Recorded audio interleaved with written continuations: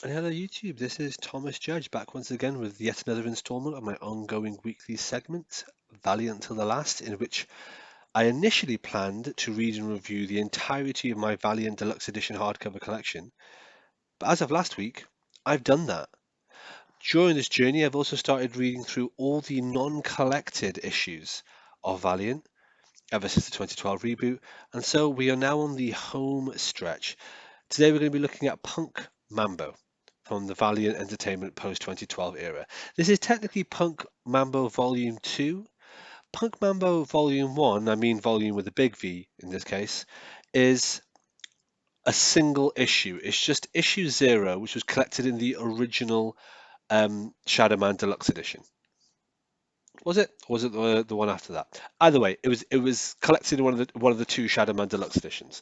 And it was just a single issue. Like I say, Mambo Volume 1, Issue 0.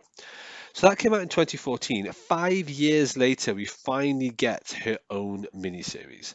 So Punk Mambo from 2019 is a 5-issue miniseries written by Colin Bunn, making his Valiant debut. Now, Colin Bunn is someone who you might remember from things like The Sixth Gun. He's doing pretty well as a comic writer. I've always found him okay, but not great. And I think in a nutshell, that's a pretty good description of this comic. It's okay, but not great. Punk Mambo is kind of an interesting character, kind of. She's a bit like Constantine from the DC universe. Um, she's a bit not. She's a bit kind of more punky and a bit more 70s, I think. But generally speaking, yeah, she fits in part of the Valiant universe. She's never a low point in any comic that she's in. She's quite interesting to read. Here, she's quite well written. The storyline is a decent storyline. Um, Speaking as someone who is not a fan of supernatural stuff, voodoo, magic, and the like, I have been for the last few weeks pretty skeptical of the supernatural thread that is the Shadow Man sort of part of the Valiant universe. Some of it has been okay. I talked a bit about Dr. Mirage last time, and Punk Mambo also falls within the it's okay. I think if you're a big fan of supernatural stuff, you might find this a lot more interesting. I just thought it was all right. It was a well controlled narrative. It was coherent with a singular thread that made a lot of sense.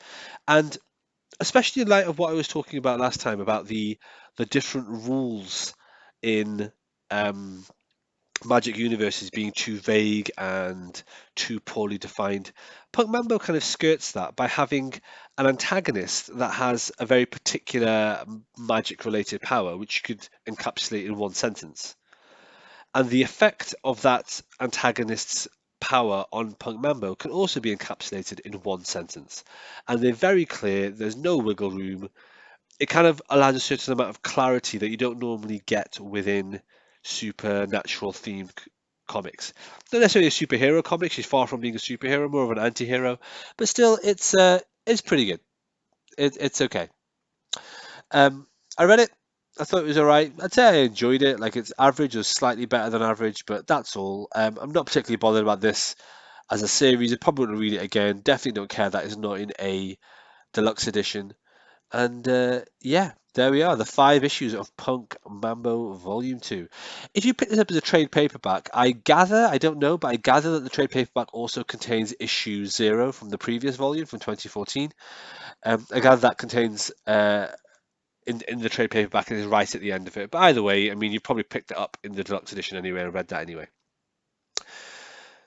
So there we are. That's Punk Mambo. I do believe that the next series that we're going to be looking at is the next Dr. Mirage series, which again is just a mini series. I think it's from 2019 or 2020.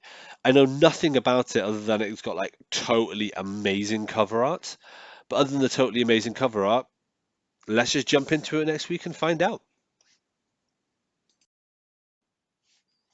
All right, thanks for watching, everybody. As always, please like, comment, subscribe. As always, please follow me on Twitter at I am Thomas Judge, where I will post a daily review of whatever comics I've been reading. You can get an idea of what I'm up to on the channel. And as always, please support the channel by heading over to Amazon.com and checking out my prose novel about superheroes. It's a completely original piece of work. The first episode in it is called Arrivals, and the series as a whole is called No Gods or Kings. You can find an excerpt of that on my website, nogodsorkings.com. Until next time, everybody, stay classy.